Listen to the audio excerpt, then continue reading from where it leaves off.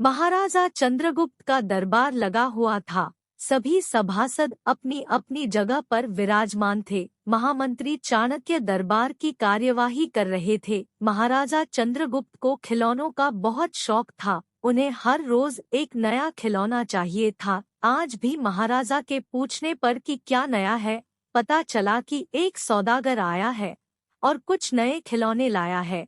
सौदागर का ये दावा है कि महाराज या किसी ने भी आज तक ऐसे खिलौने न कभी देखे हैं और न कभी देखेंगे। सुनकर महाराज ने सौदागर को बुलाने की आज्ञा दी। सौदागर आया और प्रणाम करने के बाद अपनी पिटारी में से 3 पुतले निकालकर महाराज के सामने रख दिए और कहा कि अन्नदाता, ये तीनों पुतले अपने आप में बहुत विशेष हैं।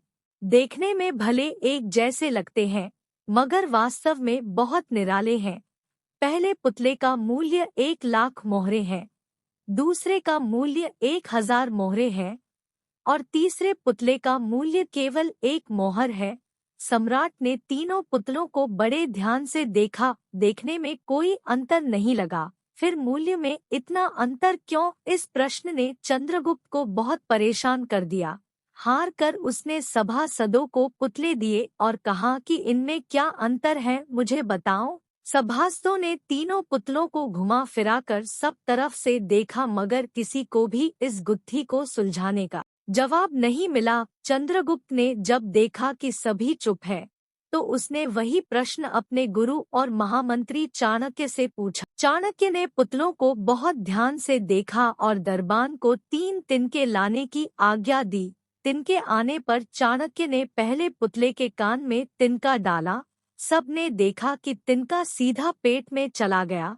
थोड़ी देर बाद पुतले के होंठ हिले और फिर बंद हो गए। अब चाणक्य ने अगला तिनका दूसरे पुतले के कान में डाला। इस बार सबने देखा कि तिनका दूसरे कान से बाहर आ गया और पुतला ज्यों का त्यों रहा। ये देखकर सभी की उत्सुकता बढ़ती जा रही थी कि आगे क्या होगा। अब चाणक्य ने तिनका तीसरे पुतले के कान में डाला। सबने देखा कि तिनका पुतले के मुंह से बाहर आ गया है और पुतले का मुंह एकदम खुल गया। पुतला बराबर हिल रहा है जैसे कुछ कहना चाहता हो।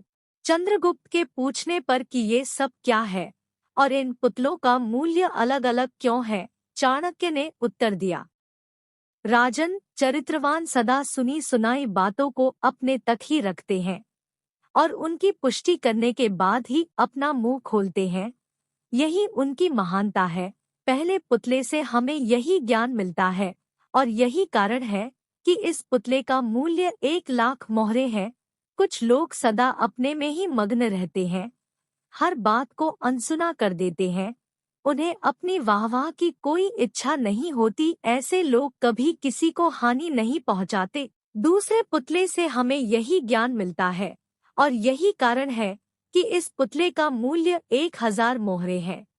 कुछ लोग कान के कच्चे और पेट के हल्के होते हैं।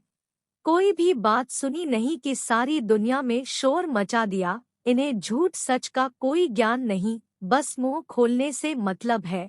यही कारण है कि इस पुतले का मूल्य केवल 1 मोहर है। तो दोस्तों, हमें इस कहानी से यह सीख मिलती है कि जीवन में किसी भी बात को पहले जांच परख करने के बाद ही उस पर अपने विचार प्रकट करने चाहिए। सुनी सुनाई बातों पर कभी विश्वास नहीं करना चाहिए। तो आशा करते हैं आपको हमारे कहानी अच्छे लगते हैं। अगर अच्छे लगते हैं तो वीडियो को लाइक और ऐसे ही कहानी सुनने के लिए चैनल को सब्सक्राइब करें और साथ ही बेल आइकन को ऑन कर दें, जिससे हमारे कहानी सबसे पहले आप तक पहुंचे।